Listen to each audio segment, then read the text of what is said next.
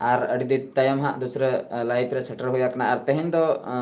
इन चलाते हाँ मेनाय कदया कुमार मिस्टर सबक सेटर नोडे हाँ कामचा सेटर आकना मिस्टर तकिन किन सेटर आकना नेले किना बिन नेले किन तावन आपे नुकिन मांग किन कोराय तहे अलिन चला कॉमेडी को नेल का किना पे तो उनकिन मिस्टर तकिन किन सेटर आकना तेहेन हाँ लाइव रे तो ठीक है जहाँ को बन जोड़ा कना नवा लाइव रे हाँ पे कमेंट तावन पे तेहेन दा स्पेशल नवा खातिर हाँ लाइव रे हेज हुया कना तेहेन्या ये दा हाँ अब मांग खो दा पोस्ट को बांग आड़ा हुया कना जे तेहेन लाइव रे हेज हुयुक कना मेनते कारण दो नवा कना टाटका के जेखन सब्सक्राइबर चेक हुई ना तो आर इन 5 लोग गान दरकार 9 लोग गान दरकार 9 लोग गान खान गे 250 के हुई मेन दो 2,50,000 सब्सक्राइबर को पूरा तो ओना खातिर स्पेशल 2,50,000 सब्सक्राइबर खातिर नवा लाइव दो सेटर हुई कना टाटका के जेखन नेल हुई ना जे आर 9 लोग गान सब्सक्राइबर को दरकार कना तो अड़ी रस्क बुझेना ओना खातिर लाइव रे सेटर काते आपे सनाम को चाल खातिर हाँ नवा लाइव रे दो सेटर हुई ना ठीक गया 2,50,000 को हुई लेन गे अदो इन तायम हाँ सारहा को दिन चाला पे ताबना नितो दो नासना बन रपड़ ñoगोआ नित दो हाँ आर 9 लोग गान बा मिस्टर आर 9 लोग गान हाँ को दरकार कना आर अकोय को जुदी बापे सब्सक्राइब का ताबना चैनल को सब्सक्राइब ताबन पे आर जुदी चेक को रपड़ ना मेना कमेंट दाड़िया ताबना पे तो नित हाँ इन 20-25 मिनट हाँ लाइव रे ताहे हुयुक कना तो निना धाबी दो हाँ मन रपड़ दाड़िया ते तेहेन दो संडे कना सगुन सिंगे हाँ सगुन संडे और संडे तला दो हाँ नेलाबन हाँ दिनन को से ᱧᱟᱢᱟᱵᱚᱱ हाँ और नौ दो स्पेशल लाइव रे सेटर हुया कना खाली आपे को दुलर खातिर तो अड़ी रस्के बुझेना 2,50,000 सब्सक्राइबर जहु अड़ी दिन तायम हाँ को हुयुक कना तो नौ दो लई लेखान 9 सेरमा गान हुइन गया हाँ 9 सेरमा परे 2,50,000 अब दो हाँ जेन्युइन तरीकाते बन छुटेवा कना बै बै तेको बढ़ाव इदिक कना और चेन हो एटकेटणे बनुआ लगन रेना बनुआ चेन हो शॉर्टकट तरीका अपनार बांग हुयुक कना जहाँ लका बै बै तेको हिजुक कना आको आकोते जहाँ को कुसिया कना उनको को जोड़ा कना नवा चैनल चलाते और जहाँ को बांग को कुसिया कना उनको दो हाँ को ओडोकक कना चेचेत मिस्टर तो अड़ी दिन तायम मिस्टर तकिन किन सेटर कना मांग ताला रे अड़ी कोडाले शूटिंग बड़ा के ताला रे एटकेटणे को हुयन खातिर कटिक किन साहा ना तो इन तायम हाँ दूसरे किन सेटर कना नेलाबन हाँ और निया सीजन दो मोटामुटी यात्रा को किन चलाव बड़ा कान गया यात्रा को आसे यात्रा किन चलाव बड़ा कान गया मेटा यात्रा रे नेल केना ना जियर झरना पर ओंडे कड़े कॉमेडी रोल को मेना हाड़ाम बाबा रोल मेटन किन नाम का जे होकिन ओना किन कोराया अड़ी नापाय गे तो मित कमेंट सेटा गुड मॉर्निंग दादा गुड मॉर्निंग बेटा नोडे नाचार सारथी म्यूजिक अड़ी अड़ी सरहाव गुड मॉर्निंग सगुन सता तो जहु 24 लोग को जोड़ा कना मेनका 24 लोग को मिटन के कमेंट सेटर कना आर बाद बाकी हाँ बाको कमेंट गन का पाले को हुतुम बड़ा कान गे जस्ट को एवेन आकना मिमिट हन मानो का जपित खो एवेन तोरा के वीडियो नेल गदा से लाइव रे नेल के टाइप बखरा तो ऑक्तो लगा तो ओना खातिर हुए तो बाको मैसेज का तो अड़ी अड़ी सरहाव सनम को तेहेन लाइव रे हाँ जहाँ तिना गे पे जोड़ा कान ताबना सुबदु बन रपड़ ñoगोआ कटिक तलांग ina 20 मिनट गान इन तायम दा लाइव खय आर साव होया शूटिंग को मेना का चलाव होया तो रामराय मुर्मू नोडे किन लई किया कहाँ पर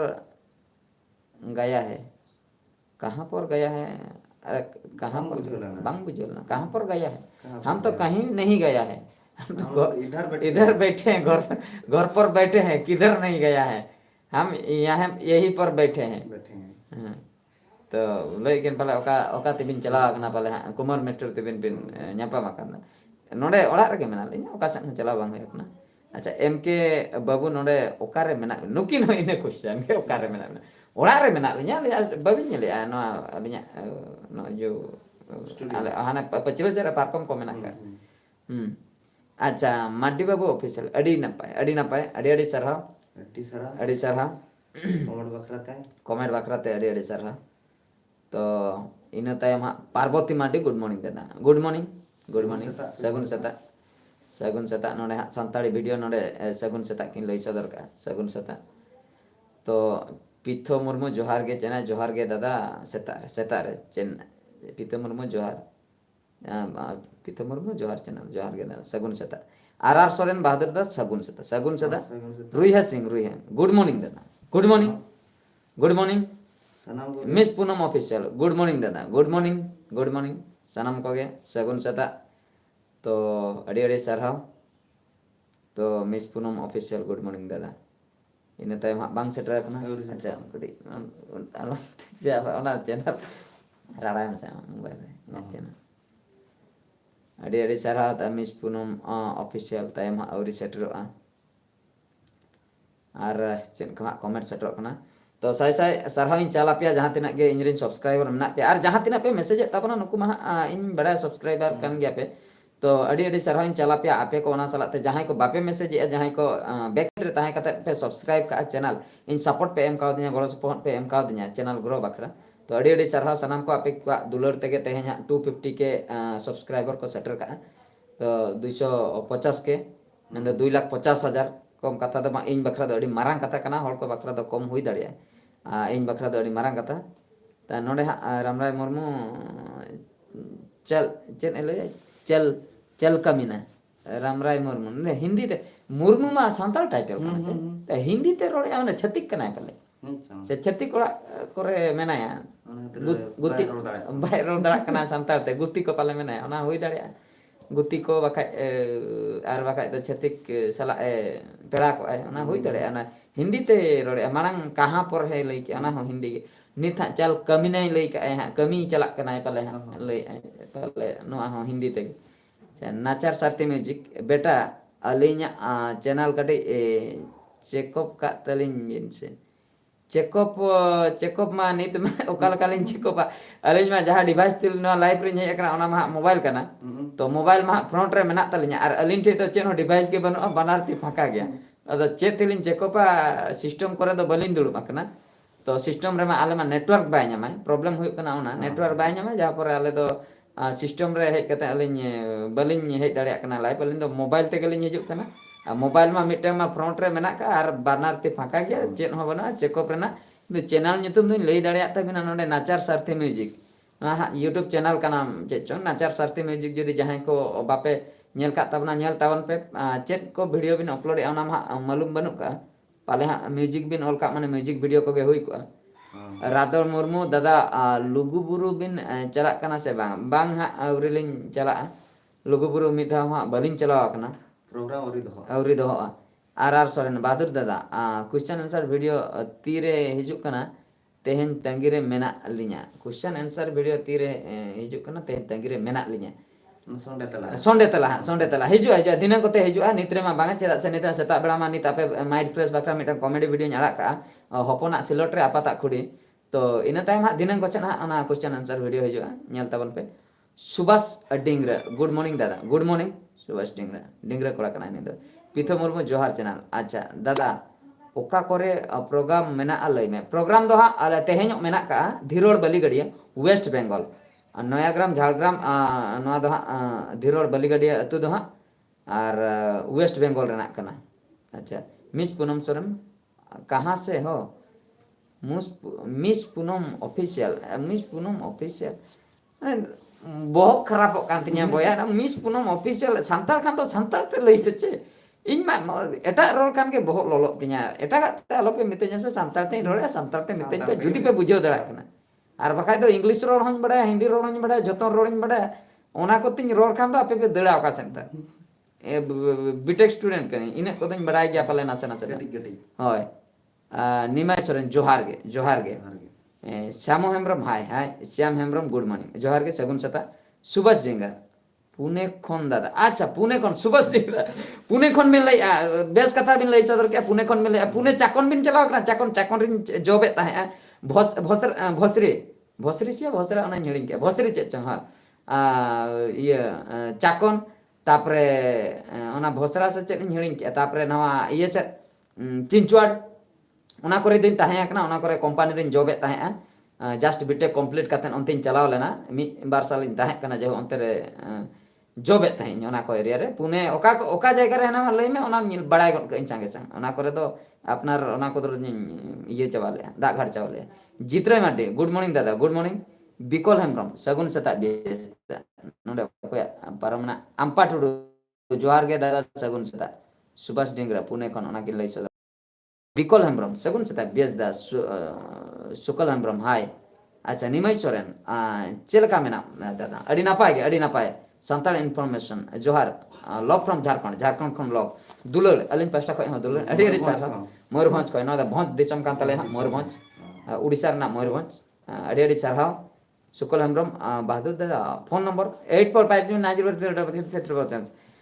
ona type ka bin nit judi bin nit bin dial kan to bang laga दूसरे लेता है 84 आप ये 8437908897 बस ina call ka bin laga ha ar nit do nongka gin loya gade udi speed tin loya ar judi personal mail kote bin kokoy kan do ona kote do baginya all katen ona da ar rola ma bang anjom ठीक ase ar ola kan do nyel ठीक Nibai Soren node landa kakin adi cara arar Soren Badu dada alin do nolgojare lin tahen kana acha mesre tis nyapam huyu leibin acha arar Soren nolgojar kin tahen kana ado orak do oka re gongke ado pale student kana bin nolgoja college re bin college ado mention nyok ke bin oka year first year se second year se third year arts se science se che orak ko oka kore se noter ge orak do adi napai nihati onte ko ma chalaw huyuk kan ge khobor em lekhan ge nihati bon setro Ramchandra Soren जोहार गे miss Poonam official नाश्ता के देवेन दादा मजा बुझे ना miss Poonam official Hindi तिकिन comment ले नित संतार तिकिन कमेंट के अडी सारा ओना खातिर परा ऑल मेना तमा रोड मेना तमा धर्म मेना तमा आम हो मेनाम ओलेम आदरे रे रोलेम आदरे रे आम धर्मम आदरे रे आम हम आदो गुरु गंके तिकिन किन लई सदर ले ऑल रोल धर्म चेतान रे दो बाबन कॉम्प्रोमाइज दाले ऑल जुदी मेना तमा रोड हो मेना तमा धर्म हो मेना तमा ऑल जुदी आदे रोड हम आदे আর ধরম হম আদে ওনা রড যখন বন আদে আবো ইংলিশ তে হিন্দি কোতে বন রড়ে ওনা খাতির লই কি সান্তাল তে কমেন্ট তবে সান্তাল ল্যাঙ্গুয়েজ তে আপে পে মানে পে আবো সান্তাল তে রড়ে সান্তাল তে নে খাই বাস নে খাই বেশ বুঝে আডি রে সারা শুক্লা हमलोग Santal video song new 2023 Santal video song new 2023 চেট ওনা কমেন্ট মানে বন বুঝে দাঁড়া এখন আচ্ছা নিবাসরেন কমেন্ট তো আডি না পাই গিয়া আডি সারহাও तो सनम को आर्मी दाव सर हाइन चला पे 2,50,000 मैं दो 12,50,000 सब्सक्राइबर जोड़ा वकना को बीएस एंटरटेनमेंट रे बहादुर सोरेन एंटरटेनमेंट रे और नोआ जर्नी तो ताहे कना 2018 अगस्त मसिया खय 2018 अगस्त मसिया खय 2023 नोआ नवंबर तेहन हुएन गया 19 तारीख मैं दो 5 वर्ष कंप्लीट का है 5 वर्ष ऑलरेडी कंप्लीट रखना 18 खय माने 19 20 21 22 23 5 वर्ष मोने शर्मा पूरा अपना 12,50,000 सब्सक्राइबर बाखराते ओना खातिर अडी सरहा अच्छा हो नोडे किन लई तेला बोले नाश्ता की अबिन से बांगा पूनम ऑफिशियल तिकिन किन लई की औरिली नाश्ता या रंगे तेगलिन दुल पकना अच्छा रदर मुर्मू नोडे दादा ओकालेका मेना बिना अडी नापाय गे निवास सोरेन अडी सरहा अच्छा शुक्ला मेंबर दादा हाय फोन नंबर से दादा हिली फोन नंबर से किन लई की दादा हिली फोन नंबर हिली फोन दादा फोन नंबर बाय एमो कना रे हिली चिकते आर ओंका इये खान दो आना मेलते तो जतना नामो अच्छा जूनियर सोरेन ऑफिसर जोहार गे दादा जोहार गे तो बार इन लई अडी सरहा आर हुन चला पे कना जहां तिना होगे बहादुर सोरेन एंटरटेनमेंट सला जोड़ा रे मेना पे तबना सब्सक्राइबर कना पे और सब्सक्राइब का पे चैनल वीडियो को पे नेले पूरा दिल से नोआ माने अंतर मने भीतर खय कलजा भीतर खय पूरे दुलरिन चला पे कान ताबना चेदा से अडी सरहा आपया दया दुलर ते तेहना चैनल चलु आकना आपया दया दुलर ते कॉमेडी पे नेला कना खुशी पे बुझे आले हो रस्कले बुझे आड़ा बकरा आपे बापे नेल कान आले बाले आड़ागा आपे पे नेले खातिर आले होले आड़ागे ना दो एक्यूरेट माने एकदम सरी कथा कना आर सोरेन बहादुर दादा अलिन ओड़ा दो रूप से बॉयसिंगा अच्छा +2 सेकंड ईयर लिंग ओलो कना अच्छा +2 सेकंड ईयर रूप से बॉयसिंगा अच्छा अडी सरहा शुक्ला हेम्ब्रम फेसबुक आईडी अच्छा फेसबुक आईडी किंग कोई कना फेसबुक आईडी रे बबिन सटर दड़े आपे इनमा को पेरे चबा कना माने नित दो जहां के को रिक्वेस्ट को भेजाया अलिन एक्सेप्ट को जखन उनको दो आरहों को रुआड़ कना माने बाको एक्सेप्ट कना फुल आकना को से ओडे ऑल आई फुल आकना को आमरिन फेसबुक फ्रेंड दो को फुल आकना आदो जहां गिन डिलीट को इने परे जाय कि नुकु नामान को एंट्री ओने उनका आकना फेसबुक आईडी ते जुदी चलाव कते प्रोफाइल को बिन चेक दाड़िया कान तो बहादुर सोरेन रियल डांसर मारा बिन फोटो मेना kat tinya ona bin nyal dareya acha Radol Murmu nonde hak dada tis nyepel huyu ale orak do Sustuni Melasur acha Sustuni Melasur Bengal Sustuni Melasur kan do Bali gadi se ten bin haju Dhirol Bali gadi se onte hope sangi nyok kana banga hana polasi sente judi angkat bin hijua angkate pilot sente bin setter dareya kan hiju bin Dhirol Bali gadi tehenya program menak ka 29 tarik tehenya onde ko tamsa enek khuntaw enek ko huyuk kana cek ko tarja hote hen neuta menak ka bhoj kol orkestra menak ka ona salak te alin entertainment bakra lin senok kana anchoring bakra nihati bon nyapel dareya acha MK Babu dela video lin nyeleda acha dada daily video lin nyele adi sarha daily video bin nyele ona adi sarha ape ko sai johar ape ko ape lekan subscriber menak ko khatir ape entertainment kana ale le arage kan ona khatir ale ho raskale buje noa chetan re kami bakra to 2,50,000 subscriber da ape ko khatir tege ape lekan ko jodaw kana jeho adi sarha Sukla Lembrom Instagram ID ho ona Facebook ID re bin bolon kan ke onde link menak ka Instagram link onde bin bolona YouTube link ko menak jhoto link na mite bin bolon kan ke gota bin pasna dina abin alin koi bang huyu alinya YouTube marabin YouTube channel haju Facebook re marabin Facebook re ho haju okoi kanalin tika dare abin onde photo hena comedy poster menak poster ko lin arage Instagram re ho onka ge jotona acha Sukla Lembrom Instagram ID Bikas Murmu dada johar ge adi sarha to chelin leya acha adi sarha ape ko adi raska bujek kana ape comment ya setak re secha Kumar Mister alin ho padhaw adi napai gilin napai lin bujek ape node pe comment setter report dare kana adi kusi bujek kana Kumar Mister mita dialog got katalang masa ona chat scene ko padaw ka ania da mita ona scene ma wihir ya nasa ni lain kan mas chat kan haram scene ma nya common dialog miten le nyok ne ni padaw nyok lagi ni becharan babu do dada bahu do daka utu chandai ai bhakta giri bhakta good morning Sukla Lembrom good morning biesta johar ge dangwa gate entertainment Denggo gata entertainment node cikitin ol ka hape sarha hape sagun seta adi sarha Radol Murmu thank you dada sengal da hulgaria hindi tikin ol ka node gomke sagun johar Jamshedpur reho teheng tribal sambad huyuk kana mucet din kana Setro bin Sagun Daram tahena apa Jamshedpur katha bin lay Jamshedpur katha Tata Jamshedpur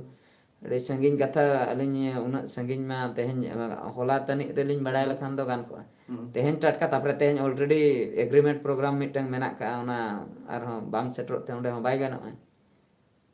onde chalaw kate Jamshedpur rual ho kom katha do bang kana sangin gia bon ale mana Baleswar japak re menak le भोज दिसम भोज माने Mayurbhanj last Baleshwar जापा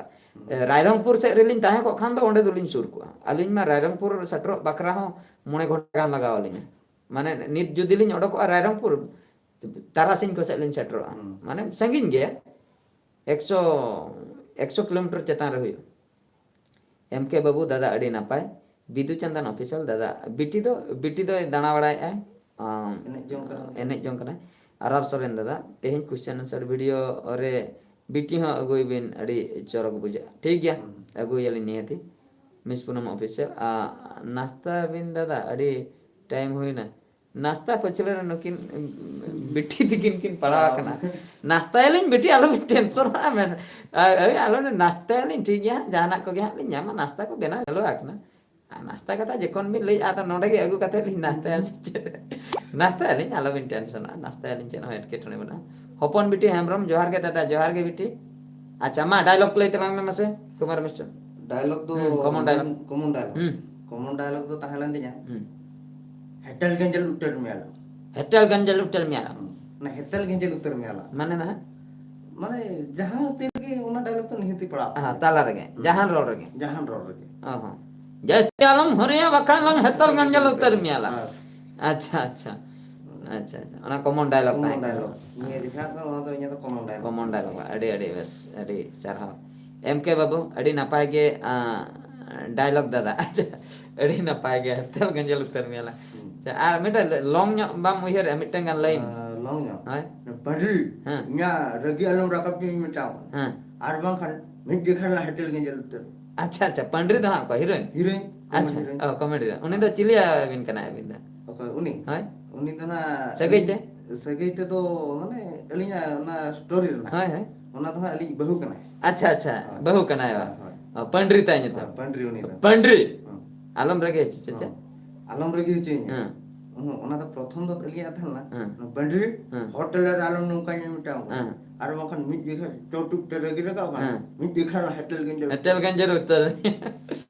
अच्छा अच्छा jadi napai napai dialog हॉपन video जोहार के दा M के बाबू अड़ी नपाय गे डायलॉग दादा अच्छा निबई सोरेन लांदा के अकिन एसटीआरएल बाबू नाइस भगी सांताली वीडियो लांदा के अकिन अच्छा पंडरी ता nyutum बा अड़ी बेस्ट nyutum तेहन जहाले शूटिंग ओनर द पंडरी हीरोइन nyutum पंडरी दा पंडरी रगे आलम रकाब टिना चोट उठते रकाब मकान के होटल गंजल उठल मिया लांग अच्छा अच्छा हाराम हाराम डा ये कॉमेडी के करा हुई कंदो बिकु दा हाराम कॉमेडी भगी किन गना हाराम कॉमेडी एम के बाबू नोडे कली किन लादा के अच्छा आर मिटिंग डायलॉग को यार आर पुलिस को दाल में जो काचन हवा को कुली में हाँ चेत हां ona to jeta beda last na kin idi kat linya mane lekin uni kuri to na mita CBI kana अच्छा अच्छा सिवाय इंस्पेक्टर हां ar uni ko comedy hero हां uni ho mita police kana अच्छा अच्छा mungkin to in than kon kata kin edai इदे कते ना लेकिन बड़ा की आओ तापर हां किन है को अरेस्ट हां mucer हां ado onde na kin sab kadanya ado unju khan mita dialog ini telinya mane corok nyok ni हां uni ko na CBI uni kuri na asam kan Pandri ado unju khan dialog ka Abi tu dangotin sarap ben kan. Sarap bala hor ke banci ko. चिके को भी Banci ko.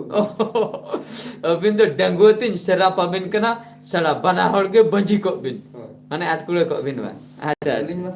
gitu nya baik gitu. हाय हाय हाय हाय हाय अच्छा ओना के डंगोत के उनकिन तो माने माने अभिशाप पड़ाए ना जे उनकिन तो किन बंजी को किन हां आटकुले को किन अच्छा अच्छा तो ठीक है यार किछि गान नोडे सेटर कना कमेंट बन नेल जोगा और नोडे मुनिका ऑफिशियल नोडे दादा जोहार गे अबिन रिन दो तीना बया अच्छा तीना बया आले दो पुन बया आले इन मेसा पुन बया इन दो हुडिनि तले मारांग को दो पे होड़ हेना को इन दो हुडिनि तले तो बया कुड़ी बया दो बनु को आले दो कोड़ा बया सम बिदु चंदन ऑफिशियल दादा अलिन दो किंजीर कोन अच्छा अच्छा अच्छा किंजीर कोन अड़ी अड़ी चरहा जियर मड जित्रे मड्डी नोडे बादो दादा आम कॉमेडी वीडियो नेलते अड़ी रस्क बुझे अड़ी सरहाव अस्टी हरल बाबू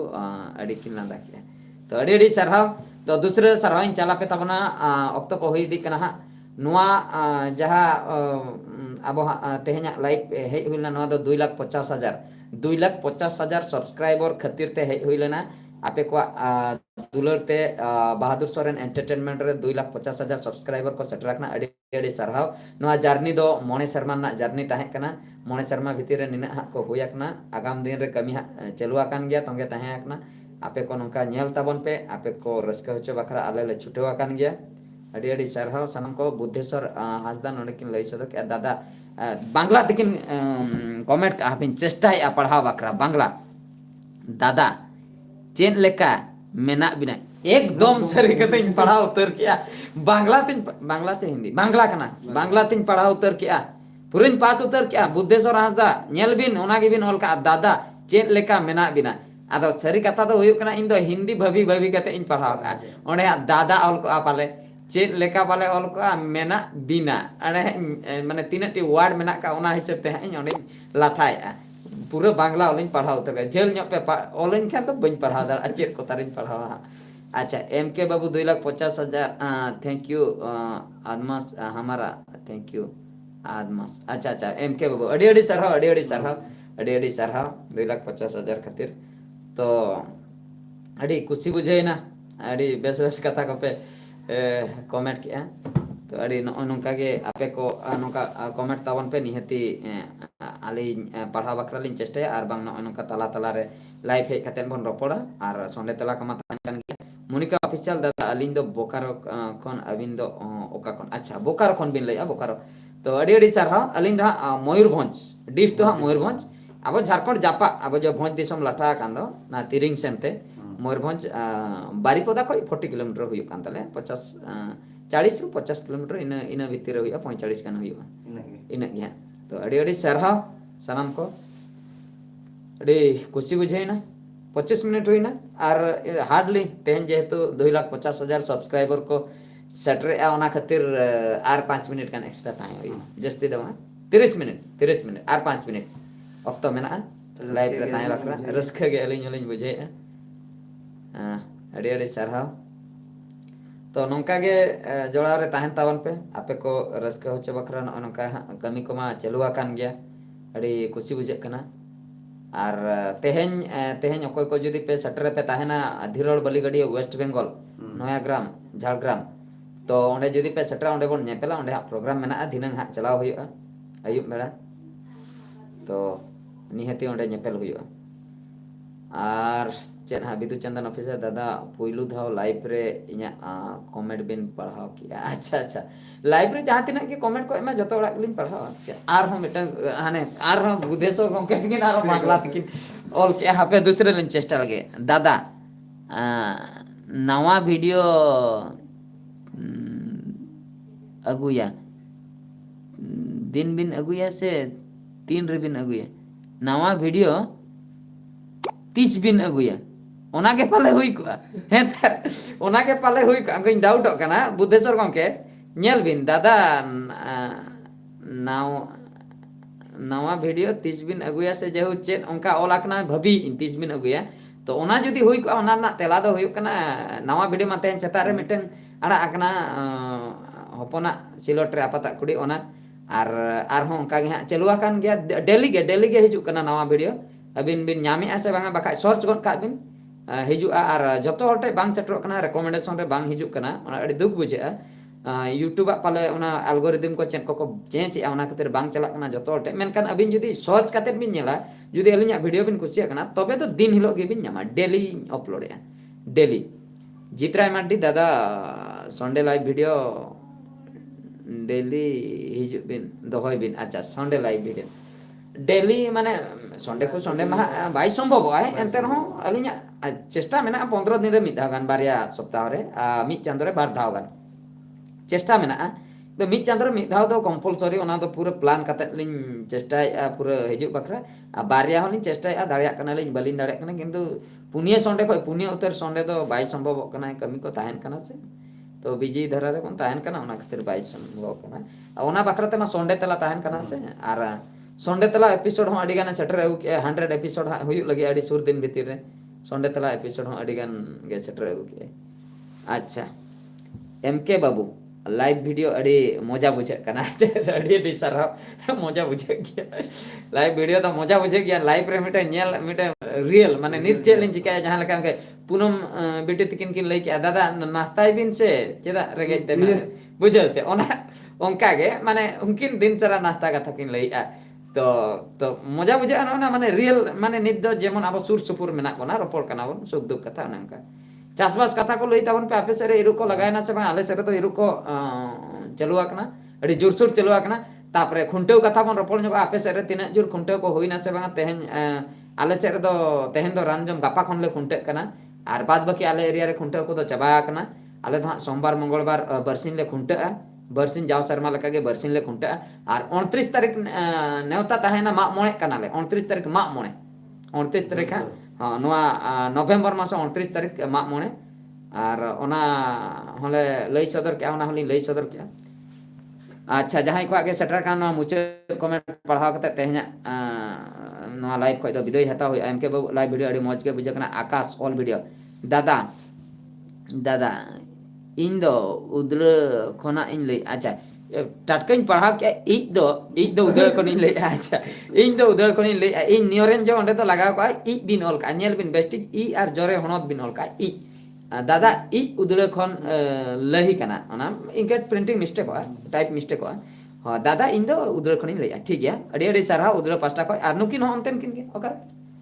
ओनते के उधर से के खुंटा से ओका से Siris Murmu Johar Bahadur lipstick komok kana lipstick komok kana saya cek terban bijule arhon buddheswar tinga arhon bangla tikin comment ki ai si dada nyel leka apa dada biti biti nyel lekan napa menaya biti ओकाल का में नया बिटी चेत लेका में नया अच्छा अच्छा उड़ी उड़ी लेट पुरिंग पढ़ाओ क्या फाइनलिंग पढ़ाओ क्या दादा बिटी चेत लेका में नया बस नुआ के पले 100% इन ले चेत लेका में नया बस है बुद्धे सर पढ़ाओ तो के ये ना पाएगे में नया ना पाएगे बांग्ला ते बहुत बोलो उतरो कंदे डी टेंशन डी कष्ट तीन पढ़ाया ओ खो चेन हो बन बड़ा बांग्ला और इनके अनुमानिक तीन पढ़ा दी ona do kali bohok re gadi bheja henak ketin parang gaya MK babu ale set re do iru kana ko adi sarau santali video sarige adi raske bujha kana MK babu ale atu do 22 tarik hilo khunta hui adi sarau Monica official abindo dada bapla do huyakna se bang Monica nakin kin laya banga alin dolin video bin nyelek kan bin badai gaya ar celin laya ona kata video bin babin nyelek atau jahalin badai gaya bagi nede ko kukli kana bar bar video kala kamane ya alin laya biti nampai ge mana to ar ko kukli ka bahu chen oka nai enter hanu kin laya bin bin bapla kana se bang udi muskil kata boho up ko tulut tama raskate acha MK babu ja Monica official cabaina Fagu Hemram official indo boyha kunte parkon lay acha kunte parkon adi sarap Fagu Hemram official hello boya hello Dampara official johar ge dada santali video message delete retracted message chat kotare all apple delete gidi Ajoy Kumar YouTube channel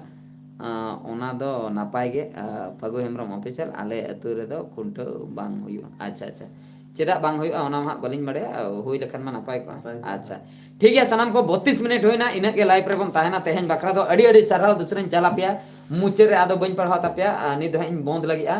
12,50,000 subscriber बकरा अडी अडी सरहाव अंतर मने भीतर खय आपे दुलरिन चला पे कना आपे